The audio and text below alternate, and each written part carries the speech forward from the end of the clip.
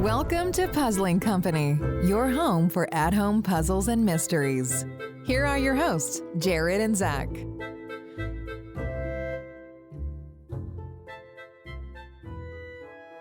Zach, we're back and ready to attack. Mm-hmm. Did you see what I did there? Zach Attack? Never heard of it before. You never heard that? Kids at school never said Zach Attack? Nope. When never. you were playing football, you weren't Zach Attack? I wasn't Zach Attack when I played football, no, but I have heard that before, yes. Okay. I'm just being facetious. It's okay. We haven't recorded in a little bit, and I'm excited because I'm treating today's game as the bridge into holiday season for us. Yes. Today, we're going to be talking about The Magical Tale from Enigma Fellowship. And Christmas is magical, if I'm not mistaken. And although this game is not Christmas themed, I think it's the perfect way for us to get into the holiday season. Yeah. So if you are not familiar with this game, hang around. We'll be talking about it more right after the break. And we have to give a shout out to Skate Mail, the sponsor of our studio. Skate Mail, great Christmas gift. I might throw in perfect stocking stuffer for the advanced puzzler as well as the first-time player. So got to check our friends over at Skate Mail out. But hang around with us. We're super excited to talk about this game from our friends over at Enigma Fellowship. We'll be right back with you.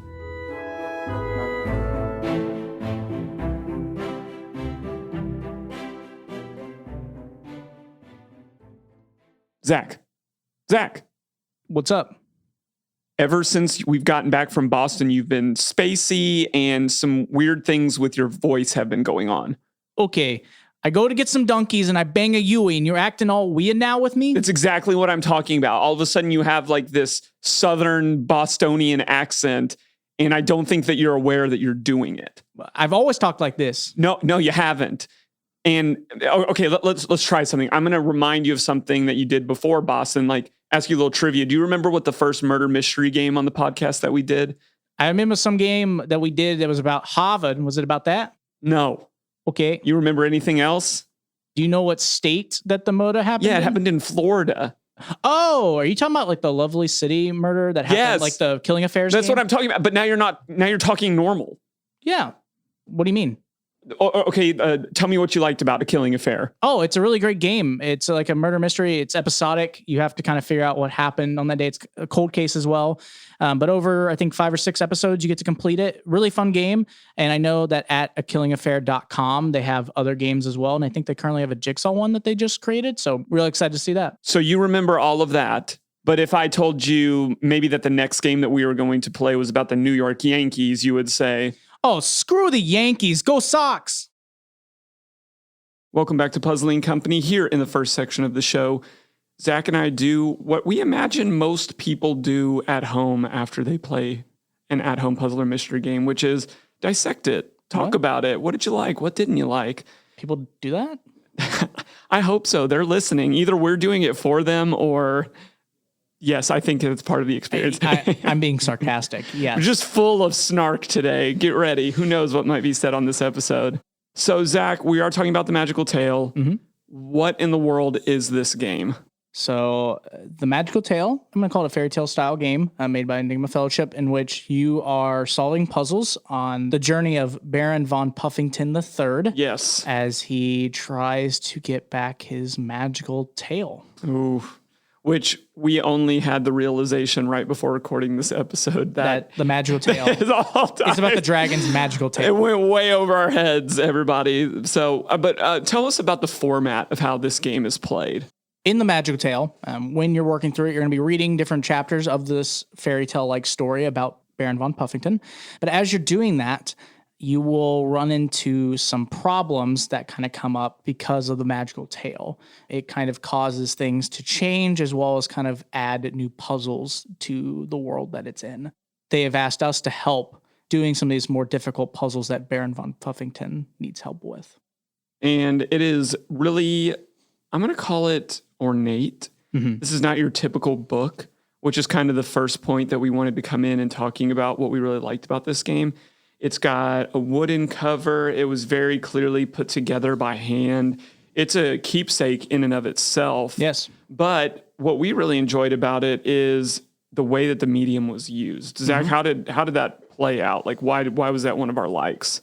It was just really well done. I mean, we really liked the storytelling. So you get the like old time fairy tale, but the medium is used well in terms of that the puzzles were hidden into the pages itself. There are kind of a separated part for the puzzle to be held in, but it was really enjoyable to kind of read the story, and it kind of gave some natural hints as you're setting up for the puzzle. You would do the puzzle.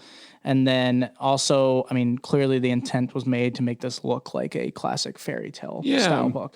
I agree with you. I enjoyed story, then puzzle, and then working it all together. In my opinion, it's one of the best uses that I've seen of like when you say puzzle book. And hang on to that idea. We may be talking about that in our middle section today. Okay. The next thing that we really liked about this game is its accessories as well as the replayability. And Zach, I know the accessories really stuck out to you, so I'll let you talk about that, but I want to talk about the replayability first. Okay. I'm trying to think of a game that is easier to put back together and hand to another person. Maybe some unlocks. There's a few card game-esque ones, but for a book style puzzle experience that is the Magical Tale, it does a really good job of keeping it self-contained. Yes. But then a lot of the material you're not really messing with too much. Maybe one puzzle that... Well, yeah, one puzzle you have to, but even then I technically could think there's probably another way of doing that puzzle that you could make it work without messing with the material too much.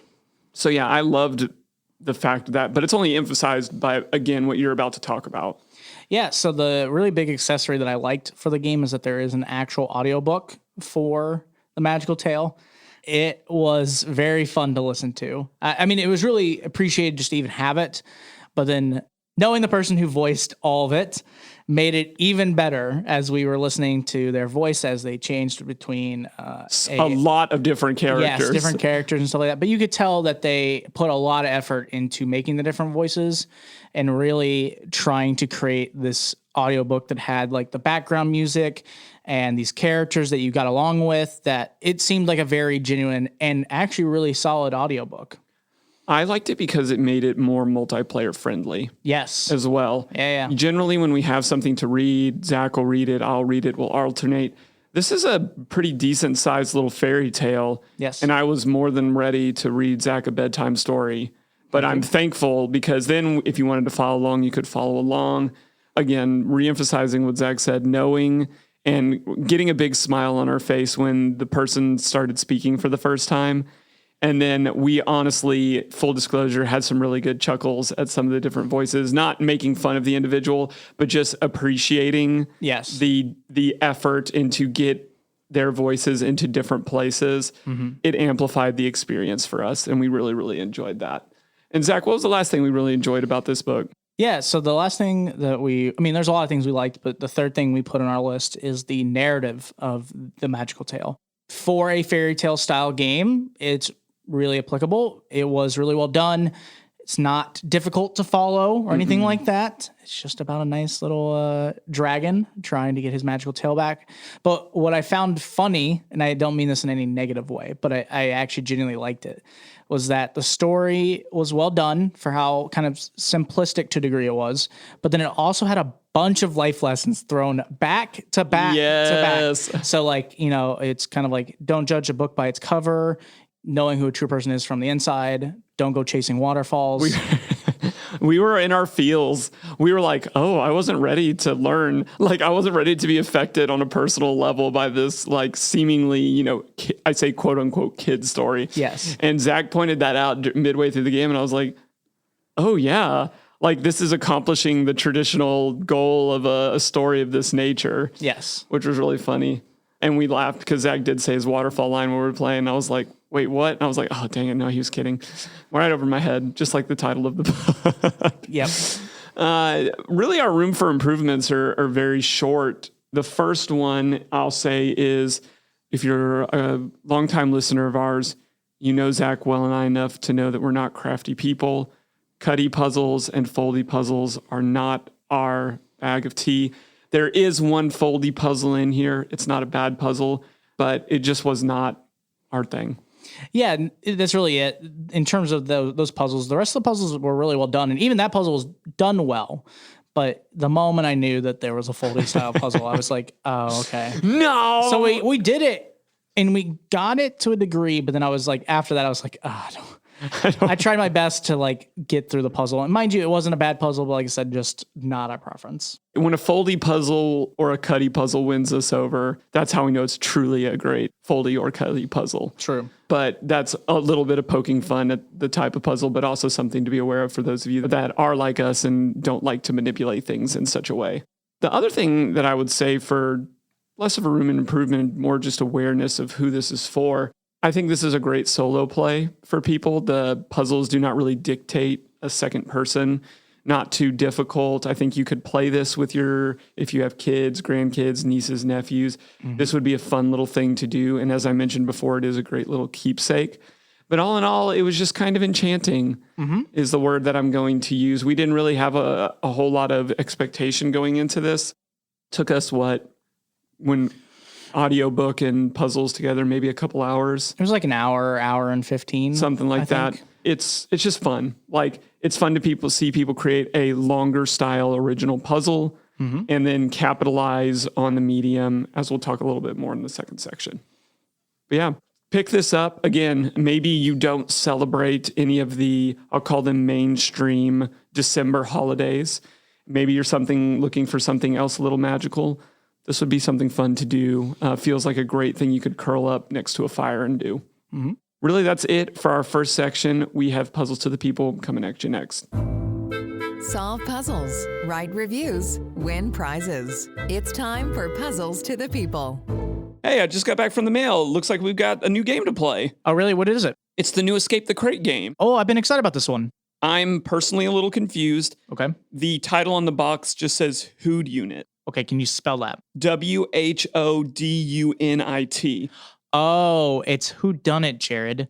Yeah, in the new Escape the Crate game, it's the Escape Whodunit. It's like a classic murder mystery, but with a twist ending. I mean, agree to disagree on pronunciation. And by the way, it's tweast, not twist. Okay. But what you can do is go over to escape-the-crate.com and use code PuzzlingCo, PuzzlingCO, all one word, and you'll get 25% off your first subscription order or any single retired box that they have. Welcome back to Puzzling Company, your home for at-home puzzles and mysteries. This is the second section of the show, which is Puzzles to the People. In this section of the show, this is where Jared and I get to have a nice discussion about a topic that is related to the game we played today or to the community, or talking about reviews for the game, so on and so forth. Usually it's a little random, but I think as time has gone on, either I'm just becoming smarter or Jared's making it way more obvious to me what the topic is.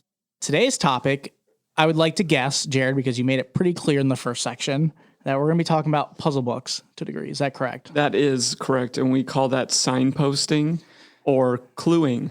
Thank you.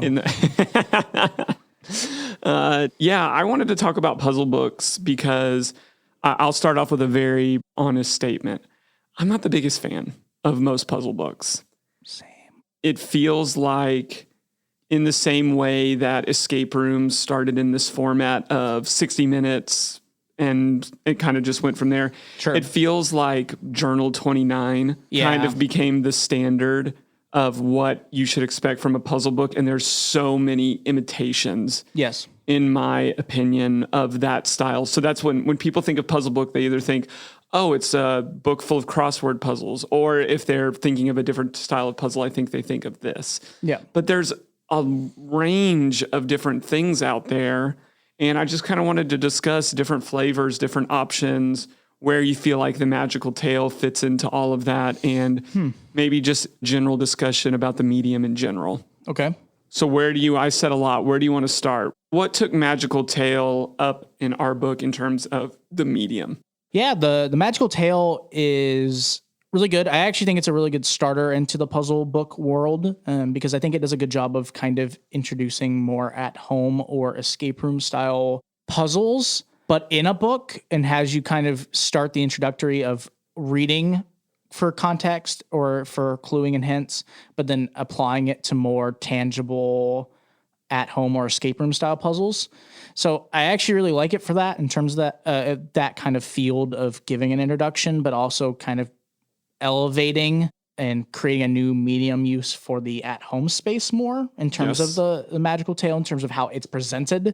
Puzzle books themselves, I generally am not a huge fan of, to be honest, but they have some interesting puzzles in them. And there's actually some pretty interesting puzzle designs I've seen in like Journal 29 and stuff like that I find intriguing or that I would mess with more. But I'm just generally not, just like Jared, I generally like tangibility when it comes to stuff. And that's mostly because of our experience and background probably in escape rooms / the at-home tangible element. But I found this was a really good introduction to that kind of field, especially if you were like younger, if you had like kids and stuff like that, or if you were someone with less experience in the puzzle book world. I think this would be a good way to kind of see what it's like to a minor degree. Yes. But then still have something familiar to you that you can interact with. No, I think that's really good. What's interesting to me in this discussion is that if you look back historically at puzzles and kind of the world that we cover, not all, but a big majority of that world comes from written word. Yes. Right? I remember Brent Price of Escape the Rumors, who's a writer for them. He's a big into puzzle history. Mm-hmm. And he from time to time finds like an old collectible, and usually it's an old book or a magazine.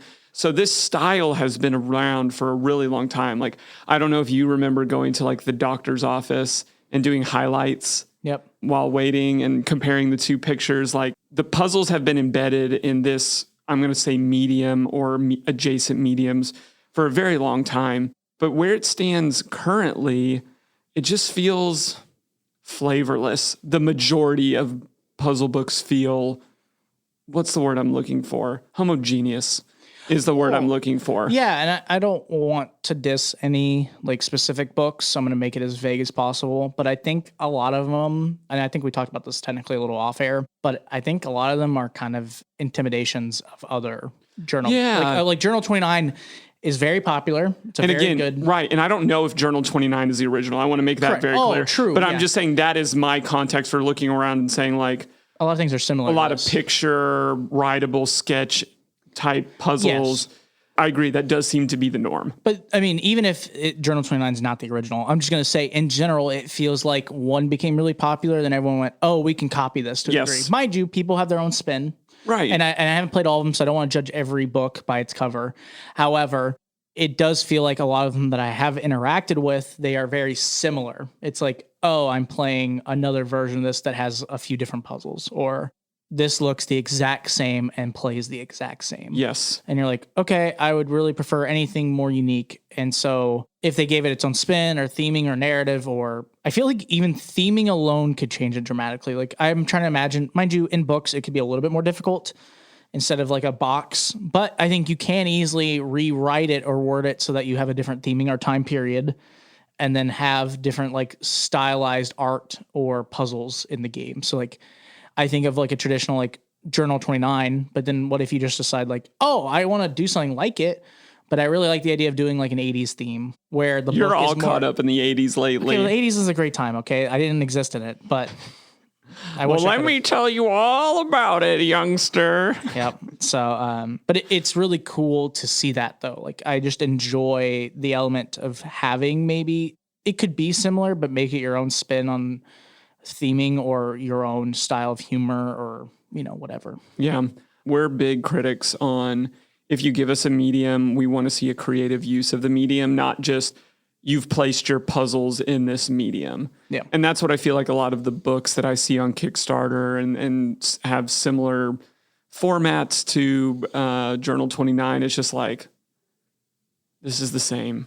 This is the same. And that's why I think I like games like The Magical Tale, because, oh, we've got this illustrated audiobook. If you want that, puzzles tucked into it, it makes you realize, oh, there's options. Mm-hmm. And I thought The Magical Tale capitalized. Some of the other ones that float through my head that have some experience with is like S. Mm-hmm. The Ship of Theseus is like the title of that book, but that came out years ago. That might have been almost a decade now that's been out. Not a big fan of the puzzling in the book, but the narrative and the attempt at what really not a whole lot of other people were doing at that time was really cool. I really like what Stephen Lockyer does in some of his Escapages books. Split experiences, different things, really working with the narrative. And I think that's maybe the point I'm drawing to. But like, does a puzzle book have to have a story? Does it have to have words? Does it, I don't think it does, but what's your preference? It does depend. I think it's mainly on what you're trying to sell. I'm not against playing. It's like what we do with the at-home space in terms of boxes and stuff like that. If you're going to provide a narrative, just do it well. But I'm not against like getting a puzzle book that literally is just, here's a bunch of puzzles. And they can be fun. They don't have to have a narrative tying them. But if you try doing a narrative, it better be good. Yes. Or clear intention that the narrative mattered. Absolutely. Because nothing feels more frustrating than like you give me a puzzle book and then like I clearly tell that you were just trying to some minor degree to make this make any sense with each other. But I'm like, you could have just gave me like the 80 puzzles or however many you throw in this book. And I would probably be A-okay with it. If I knew that like, I'm going to just do this as like a daily challenge or like when I have free time, I'm going to spend 3 hours and do as many puzzles as I can or whatever. Absolutely. One of the big things that in just reading a lot of different Facebook groups or Reddits or whatever, one of the big pushes and pulls of this world, I'm interested in your opinion on this, is most of the other things that we play are made to be either chaptered or played in one sitting. There are not that many books that follow that, right? So when you have a majority of the format and content in a sit down and play in a couple of hours content, and then you get to these books, they become cumbersome or they frustrate people because they feel like they should be able to blow through them quickly. How do you feel about that? I think it's expectations. I feel like if you're not used to that space, then I get the frustration to a degree. But I think you just have to kind of go in to a lot of them. I feel like, and I haven't looked at a bunch of the marketing for these books, so I don't want to judge it too hard based on my inexperience in that field. But I feel like it's the same thing we used to run into when people played certain at-home games. It's like if people just don't read into what these books are about, you're going to get overwhelmed with the amount of puzzles and the time you think you're supposed to have on it. But I would almost take these more as like a daily puzzle. Like I would just go like, I would take some of those experiences. And even we've talked about this in the at-home space. Like I think people are so used to a timer or this like amount of time they have to set aside and they can get it all done in there that it overwhelms them any moment that it goes longer than like the hour. And I think that should, I don't want to go on that topic too much in terms of the at-home space, but I think people need to understand that a lot of puzzle games, especially with more puzzles, can't be done quickly. Yeah. It is meant for you to take a lot of time. And we've played some games where that's the point. Like you do this over a weekend. You can't get this done in a day. You know, and those are totally fine. But we knew that expectation going into it. Really, we looked at the time it potentially could take. But I understand, like Jimmy at the local Walmart picks up a book and goes like, "Oh, I could probably do this in a day." And then he starts reading and he goes, "This is going to take me like a year, you know, of my free time to complete this." So I think researching will be useful when it comes to like puzzle books. I think that's really good because the inverse of that's going through my mind right now is this is a very cost-effective medium. Yes. In terms of puzzles per dollar, you can get a lot of content out of a lot of different puzzle books. Now, again, there's trade-offs like we talked about. You're not going to get some of the ephemera, some of the cool stuff that we're used to in some of the other ones. So you have to kind of know and decide what you want. For me, I just get frustrated because I've talked about this. Yes. I would prefer a one-sitting game, a two-sitting game at most. Like I like to get my content in. Time is very valuable in my world. So the books, I feel bad because we haven't had, I think, maybe two. We've had Full Deck, and that might be the only one that I can remember in the last 2 years that we've covered. And even Full Deck was part tabletop. If you count the journal from Crack-A-Nut, we just have not had time to really invest in that much. I'm trying to think of another book that we've done that's purely just been a book. No, I think you're probably correct. I felt like I was missing one, but I think it was Root of All Evil's book. Yes. That was the other one we took over a weekend I read it in like a day or two, and I think you read it in a day or two. And then we came back because there's a lot of info that we wanted to kind of look into it. But I think Full Deck Ephemera was the other one. So yeah, we haven't run into many books in terms of, and it's hard too, because it ends up being that issue that I agree with. Like, I think setting expectations fine, but I understand completely based on your schedule in life. Like, Back then, I had way more time, but now I have like not as much or really any free time. So it's really difficult for me to go like, I'm going to sit down and do 6 hours of a puzzle book. Like I basically go like, okay, Jared, you and I are going to meet on this day and we're going to play this hour and a half experience. Or like I'm at home and I get some time off and I go, okay, I'm going to do this or do my chores or stuff. And I realize like, oh, I only get like a few hours to try to work on this. And it's going to take me forever to do this gigantic puzzle book. I think what you said about expectations is good. And I feel like I'm dogging it, but I think what I'm just asking for is more diversification like we saw in today's game. And there are games out there that are working on this, but it is hard when you see something, I'll see something pop up in Kickstarter and I was like, this just isn't too much of a deviation from what else we're seeing. What are your other thoughts on puzzle books? What is your favorite part about them? What is your least favorite part about them as we kind of wrap up this middle section? I think in terms of favorite part for puzzle books, I actually genuinely enjoy the amount of puzzles and generally the difficulty I find in puzzle books. It kind of gives me a puzzle hunt type of feel without the extensiveness of it to some degree. And even some of them are basically puzzle hunts. Librarian's Almanac, which we haven't played yet. Yeah, there's a few that I have heard of or I know of that are basically like puzzle hunts. And I think those would be really fun for me because I like that kind of... I'm not crazy into puzzle, like in the big puzzle hunts, but like in terms of ones that we've played, I've really enjoyed them. So I think I would enjoy that stuff. In terms of things about puzzle books I don't like as much, it's probably just missing the tangibility. I think for me, it's hard at times because I can do puzzle hunts type of stuff, but usually even those, there's some, depending on the puzzle hunt I do, there's some tangibility to a degree. While like most puzzle books do have the tangibility of the book itself, but most of the puzzles are like written or doing paper or like thinking it out. And so I miss like doing something more. You know, as an example, with like Magical Tale, you get a little bit more. Or even like Root of All Evil has its own element to it that adds a physical element to it, also the box itself. So I think that's good. For me, I think what I like the most about it is I know what form I'm getting into, so I'm okay with a lot of reading at that point. Sure. Like S was a big undertaking. It took me a very long time to get through all of that, but I very much enjoyed it. And I was okay because I was like, oh, I know I'm picking up the book. I'm accepting the premise that I'm going to spend a lot of time reading. Yes. And I think you can tell some really cool interactive tales that way. The downside for me on this is, I'm just reiterating, the time it takes. And I know that that's a trade-off. I know that's something that's not going to change. But I remember one Christmas, I think this was 19. I think this was the year before COVID. Man, I went on a spree. I bought Journal 19. I bought like 4 or 5 other books. And then I got into them and I was just like, nope, not my jam. Like progress was slow. Puzzles difficulty, I feel like, is up as well. I couldn't touch, feel, smell, do. So I feel you. I want to have more on in the show moving forward. I think there's some real standouts out there, but just wanted to engage you in a conversation about a medium we don't obviously look at our show history that we do not cover that much. Oh yeah, for sure. That's really going to wrap us up for our second section. We have questions for creators coming at you next.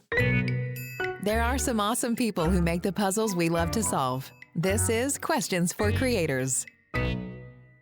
Hey everyone, Jared here. And if you've listened to the podcast for any amount of time, you know that Zach and I love to test our skills as private investigators. We've done this for local police departments, federal agencies, and we always seem to catch our bad guy. But one of our favorite companies to do that with is Unsolved Case Files. They have a really great product. Their game works through envelopes. Every time you solve part of the case, you open another envelope and you get to dig into even juicier and deeper details until you finally figure out what's going on. They have a great online input system for their answers. And of course, as we always talk about, a great hint system to complement it when you get stuck and you're looking for that extra nudge. Personally, we love these games because they tell great stories. Those stories have great twists, and the connections that you are making to solve the case lead to those super satisfying aha moments. Me personally, I like these games because they're what I call one-sitting games, which means they take about an hour to 2 hours, and you don't have to worry about a cliffhanger ruining it if you want to get all the way through it. You're getting an entire story, an entire game every time you play Unsolved Case File games. Currently, there are 8 of these games out there. You can find these games at unsolvedcasefiles.com. And just for being one of our listeners, you can get 15% off by using the code PUZZLE15, all one word, PUZZLE15 at unsolvedcasefiles.com. Welcome back to Puzzling Company, your home for at-home puzzles and mysteries. We are now here in the third section of the show that is questions for creators. In this section, we get to talk to the amazing people that contribute and make the games we get to play. On this episode, we get to bring back two amazing people, Anuj and Orsi, from Enigma Fellowship. We get to talk to them about the magical tale as well as things coming forward. So the first question I have for you guys is tell us your names, the name of your company, and what you guys have been up to for the last year. Hi, guys. I'm Orshi, and I'm Anuj, and we are from Enigma Fellowship. And we are a little company in Germany who are making tabletop games, paper-based tabletop escape games with puzzles. Yep, that's us. So this year has been the second year of our company. And as with, I guess, or maybe I presume with many of our dear players as well, life has been running with us and has brought us to a hard point in Enigma Fellowship where we are trying to play catch up with making the games that we love making so much.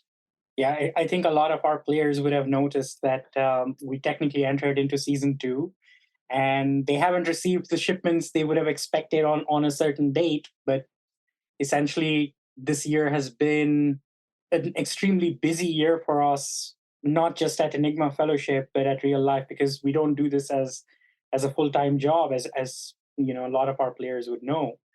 So at work, personal, and life, we've just had, one thing after the other. And the beginning of the year, it was production issues, it was shipping issues, it was personal issues, work issues. And yeah, so we've been behind schedule, severely behind schedule, but we haven't abandoned making the games. So we thank our players for their patience, and also apologize to them that they've had to be patient for so long to get the games. So thank you.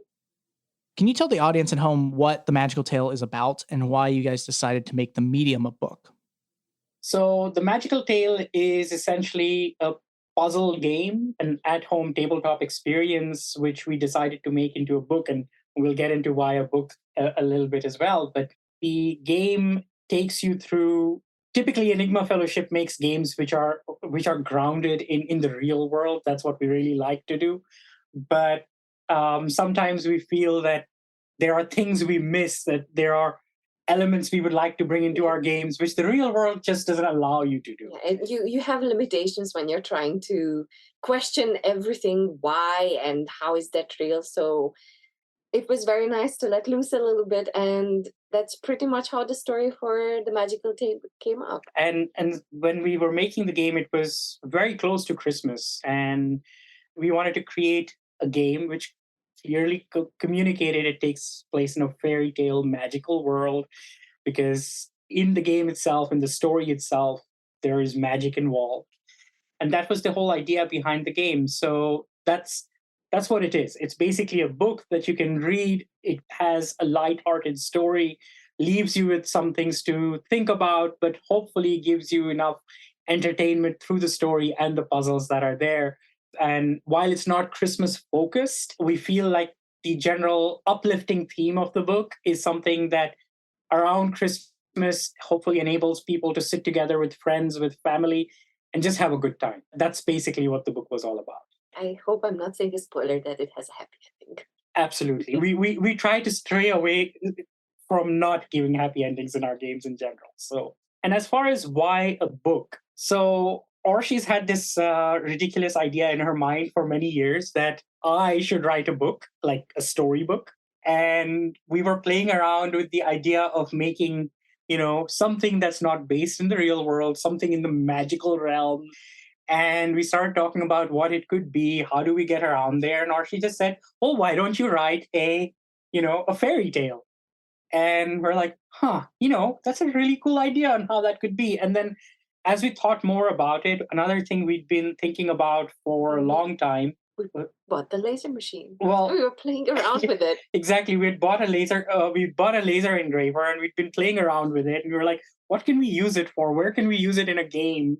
And so just out of curiosity, we took a piece of wood, painted it up, and etched on it, and it looked great. And we were like, holy crap, this feels amazing. And so the book more crystallized more there. And then the other thing that we were talking about as we start really trying to come up with the full medium for it is the year before that, we'd had a lot of conversations with some of our players and our testers and so on who said that, I'd love it if we could get a game that was completely offline. Like I would not have to go online for anything. No solution checking. I could just pick it up and go away.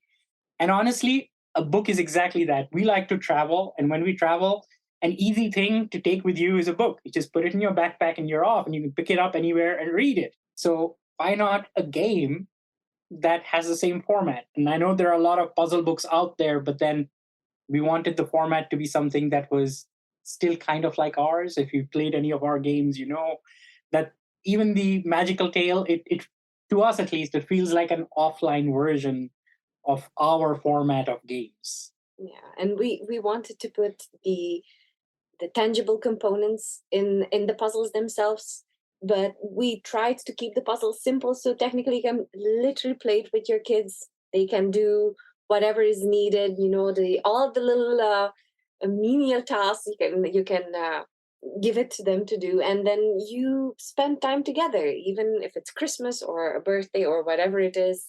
That was the whole point, to bring people together and Yeah. to help them have a happy and good time together. With your games, you guys usually add an addition of some accessories to the experience. So generally that's an audiobook. Why did you guys decide to make the audiobook the way you did for this game and the intentionality for it?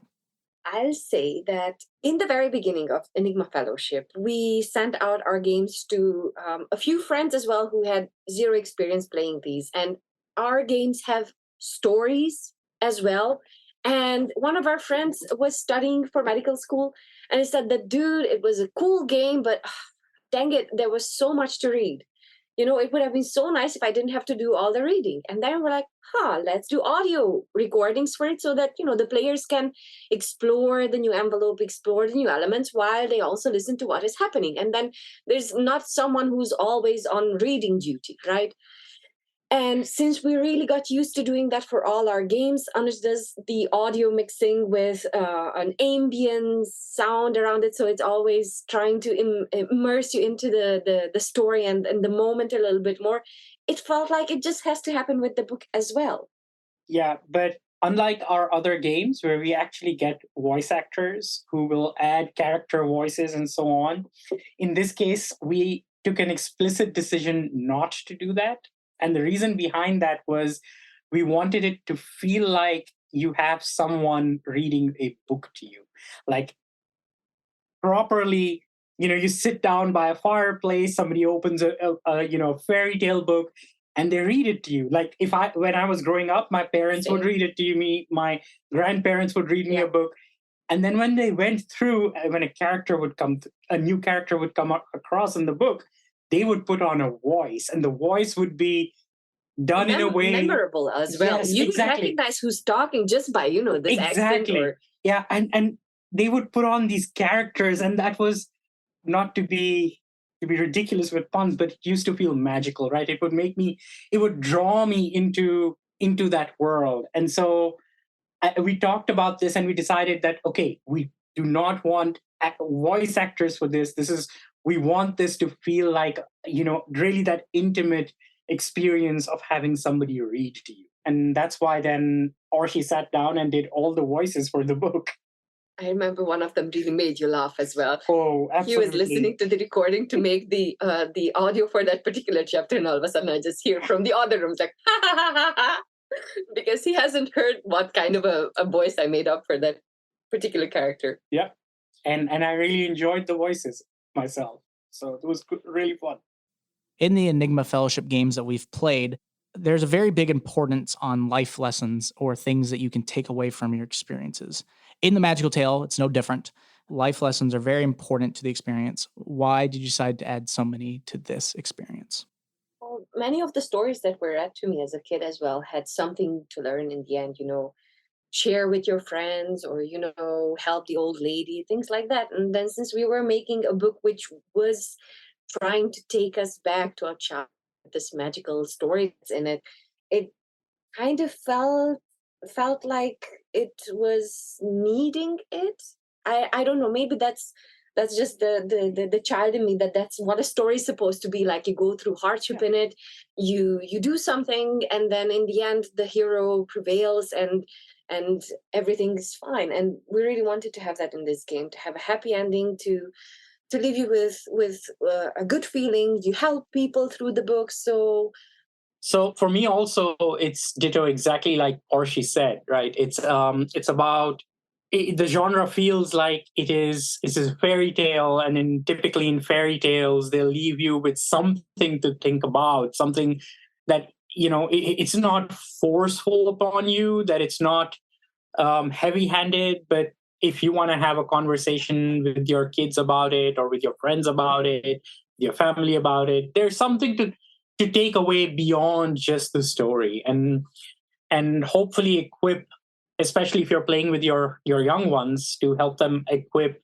them with some life lessons that they can carry on with as well, or in an easy way. Exactly, without needing to do a heavy-handed talk, and that's basically why we did that. What's in store for the future of Enigma Fellowship? You can say as much as you want or as little as you like. Ooh, now that's an interesting question. We kind of alluded in the very beginning to the fact that things have been very busy through the year, and I think players have noticed that since the games are coming delayed, that's already given them, I think, a feeling that this has been a very high pressure year for us. But in the future of the Enigma Fellowship, in the very short term, games 2 and 3 of season 2 are basically ready, and players should be seeing them coming through their post boxes very, very soon. Still this year. They're going to be shipped still this year. Still this within the next few days here. So the first game that we did for T1, we went to the Galapagos Islands in the Sam. You're gonna be. It's called Domino Effect, and it's a little bit more of a crime-solving game. So it should be interesting. We're taking a turn away from doing travel and history kind of game there. But then we've had players and friends who very specifically asked for a theme that they wanted, and one of them that always comes up is an Egypt theme. So the third game takes place in Egypt. It's I don't want to give away what the story is. Game takes place in Egypt. It's based in reality in this, but we take a little bit of we take a little bit of cue from reality, and write our own little story there as well. But you'll find that people who are real Egyptologists are probably going to enjoy certain aspects of it too. So that was important. Beyond that, we have interesting games planned for the last 3 games of season 2. We kind of sort of know what the 4th game is going to be. It's currently in production, let's say. But we have to leave something too. Yeah. To surprise the players as well. Stay tuned. And beyond that, what I would like, I think, is probably good to say is that season 2 is going to be kind of the last of our subscription season. So because we realize that this takes up a lot of our time, and given how busy this year has been, and we've done a disservice to our players, that's what we feel like. Not having games on time is letting them down too. And we don't want to put ourselves or our players in that position for a potential season 3. This doesn't mean the end of the Enigma Fellowship. It just means that we're not going to be putting out games to a schedule anymore. And we have a lot of other interesting things planned. There are some games that and puzzles we are thinking of, and we'll see when and how they come out. But they'll come out as they get ready in the future. And maybe they won't all be paper anymore. And maybe they will not all be paper anymore. That is also true. And a question we ask everyone, what other games have you guys been playing? If that's at-home games, if that's puzzle games, if that's card games, if it's escape rooms, what you guys have been up to, and what would you recommend to the audience? So after a long time, we had some time to play a couple of escape rooms. We did one in Florence, in Italy, while we were there, and the theme was around Nikola Tesla. And I have to say, it was one of the best escape rooms that I've played. The flow was amazingly smooth. It had some really interesting wow moments as well. I just found that the overall story, the puzzle mechanics, everything worked so smoothly in that game. It's really nice. What was the company's name? Fox and Locks. or Fox in a Box. Fox in a Box. I think Fox in a Box was the name of the company. So if you're in Florence and looking for an escape room, I highly personally recommend that one. And other than that, unfortunately, we're not just not making games; we're not playing games as well. We've been things in life have just kept us so busy that we keep buying, and it's nice to see they have a nice stash, but important not going down. Yeah. So we'll get back to you at our next occasion about the other puzzle games. Absolutely. Well, we're going to say a big thank you to the Puzzling Company for having us on, and we wish that everyone is going to listen to your podcast, not because of us, but because you are doing a great job at spreading the cheer about puzzle games, and not only. Indeed, that I cannot disagree with. You guys are absolutely amazing, and every time we get to talk to you guys, it's always so much fun. And keep doing the good work that you guys are doing. Anuj and Orsi, thank you so much for coming on the show. And it's been an honor to get to talk to you guys again and get to talk about the magical tale. If you're interested in supporting Enigma Fellowship, you can go to enigmafellowship.com. That is enigmafellowship.com, and you can take a look at all of their experiences. Highly recommend them and get to have some games that you get to play with your friends, family, or just by yourself.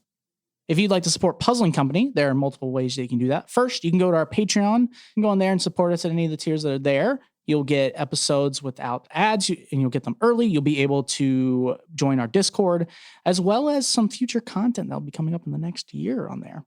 The other ways you can support us is you can go to our social medias, which is at Puzzling Company on Facebook and at Puzzling Company on Instagram. At both those places, you can get in contact with us, but also see new posts when episodes will be going live. And the final thing you can do is you can go wherever you listen to this podcast, if that's iTunes, Google, Stitcher, Spotify. And if you could leave us a 5-star review, we would super appreciate it. Well, that's actually going to wrap up this episode of Puzzling Company.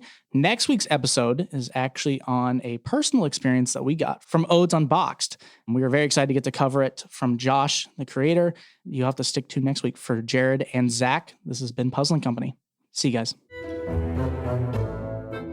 Thanks for listening. Find us on social media at Puzzling Company and online at puzzlingcompany.com. Check back weekly for new episodes.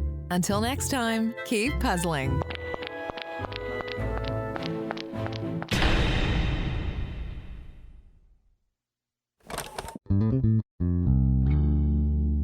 Chipped Cassette Studios. This has been Rogue Media Network Podcast.